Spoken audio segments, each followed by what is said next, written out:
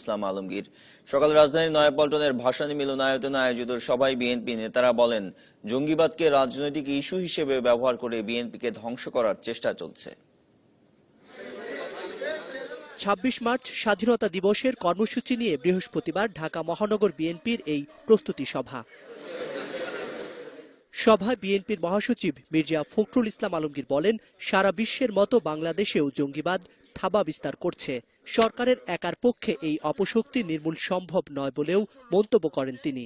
যে এখানে ঘরোয়া জঙ্গিবাদের কথা বলে রাজনৈতিক প্রতিপক্ষকে ঘায়েল করে সেটাকে অস্ত্রে বিশেষ করে তাদেরকে শুইয়ে দেওয়া, প্রত্যেকবার এই ধরনের ধোয়া তোলে, তারপরে দেখবেন ব্লক রেড করে বাড়ি বাড়ি থেকে এই বিএনপি এবং বিরোধী দলের ছেলেমেয়েদেরকে তুলে নিয়ে আসে। আমাদের জাতির অস্তিত্বের প্রশ্ন, রাষ্ট্রের স্বাধীনতার অস্তিত্বের প্রশ্ন, সার্বভৌমত্বের প্রশ্ন, আমাদেরকে এখানে ঐক্যবদ্ধ হতে হবে। এখানে ঐক্যের কোনো বিকল্প নাই। চেস্ট অ্যাটাকে এসে মারা গেছে, 27শে ফেব্রুয়ারি ঘটনা ঘটেছে, তাকে তুলে নিয়ে গেছে। তারা জানিয়েছে এবং তারা খোঁজাখুঁজি করেছে, পুলিশে খবর দিয়েছে, কিছুই খবর জিডি করেছে, কিছুই জানে না। এরপরে তাকে নিয়ে বাড়িতে গেছে, তার বাড়িতে গিয়ে তার মোটরসাইকেল নিয়েছে, তার কাছ থেকে চেক রেখে নিয়েছে, তাকে নিয়ে গেছে, 6,70,000 টাকা চেক নিয়ে গেছে, নিয়ে ফিরে এসে বলছে হার্ট অ্যাটাক করে মারা গেছে। কোনটা সত্যি? তার পরিবারের দাবি সত্যি নাকি আপনার র্যাবের ব্যাখ্যা সত্যি? র্যাবের ব্যাখ্যা একরকম হয়, আবার পুলিশের আইজির ব্যাখ্যা একরকম হয়। এর আগেও দেখছেন তাবেল্লাহ হত্যার কেসে পরিষ্কার করে পুলিশ বলল যে এটা আপনার বিএনপি দায়ী, র্যাব বলছে না, এটা অন্য কোনো দল দায়ী নয়, নিউ জেএমবি দায়ী। এই যে রহস্যময় খেলা, এই খেলার পেছনে আসল রহস্যটা কি?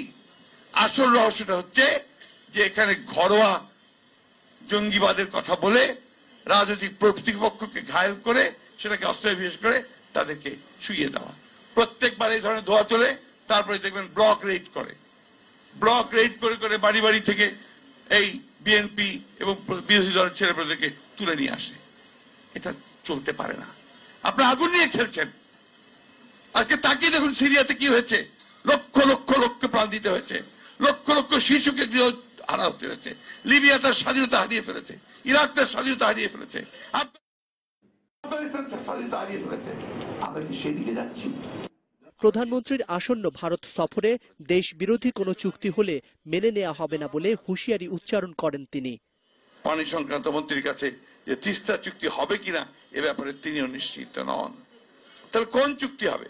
বাংলাদেশের স্বাধীনতার সার্বভৌমত্বের বিরুদ্ধে কোন চুক্তি এই দেশের মানুষ মেনে নেবে না। ভুলবে যে চুক্তি আমার অর্থনীতিকে আরো হুমকির মুখে ফেলবে, সেই ধরনের কোন চুক্তি হবে নাকি বাংলাদেশের মানুষের পক্ষে চুক্তি হবে?